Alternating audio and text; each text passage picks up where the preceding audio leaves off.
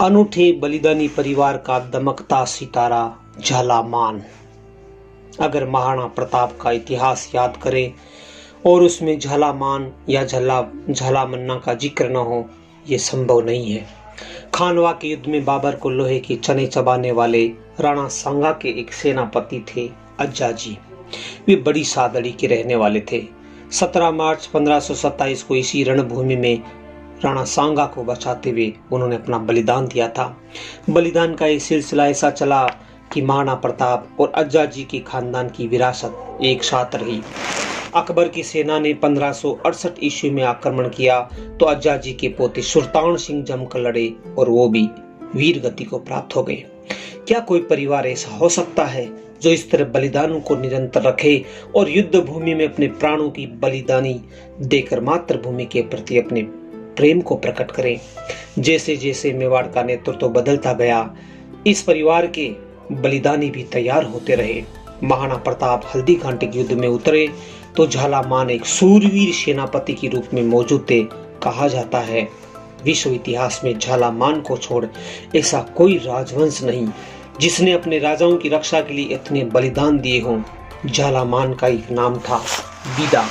नातो सिंह महरिया का एक दोहा है, दीदा फिर देशी घना मालिक साथे प्राण, चेतक पग दीदी जटे शिर दीधा मकवाण। अर्थात जहां चेतक ने सिर दिया वहां झालामान ने अपने प्राण दिए, जहां औरों ने सिर पर पैर दिए वहां झालामान ने प्राण देकर अपना सब कुछ बलिदान कर दिया।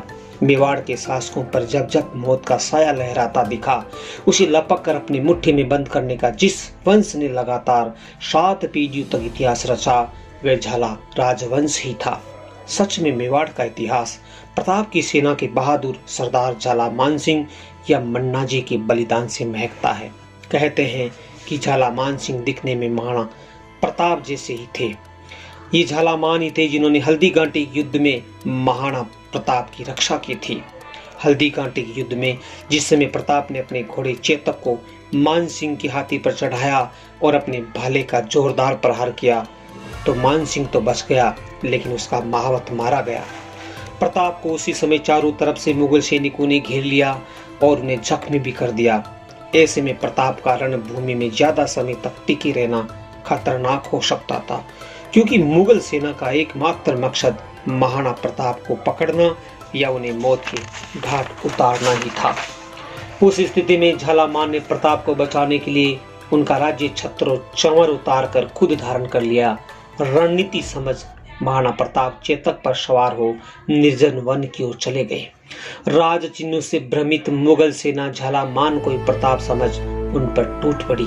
श्याम नारायण पांडे ने एक जगह लिखा है, जब तक झाला ने देख लिया राणा प्रताप है संकट में, बोला ना बाल बांका होगा जब तक प्राण बचे हैं घट में। अपनी तलवार दुधारी ले भूखे नाहर सा टूट पड़ा, कल कल मचा अचानक दल अश्विन घनसा फूट पड़ा।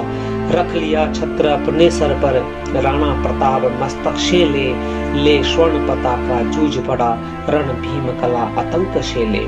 झाला को राणा जान मुगल फिर टूट पड़े थे झाला पर, मिट गया वीर जैसे मिटता परवाना दीपक ज्वाला पर। और इस तरह अपने स्वामी भक्ति का परिचय देते हुए झालामान अंततः वीर गति को प्राप्त हुए और अपने राजवंश की उस परंपरा को जीवित रखा और महाराणा प्रताप की रक्षा की। ऐसे वीर थे झालामान या झाला बिदा।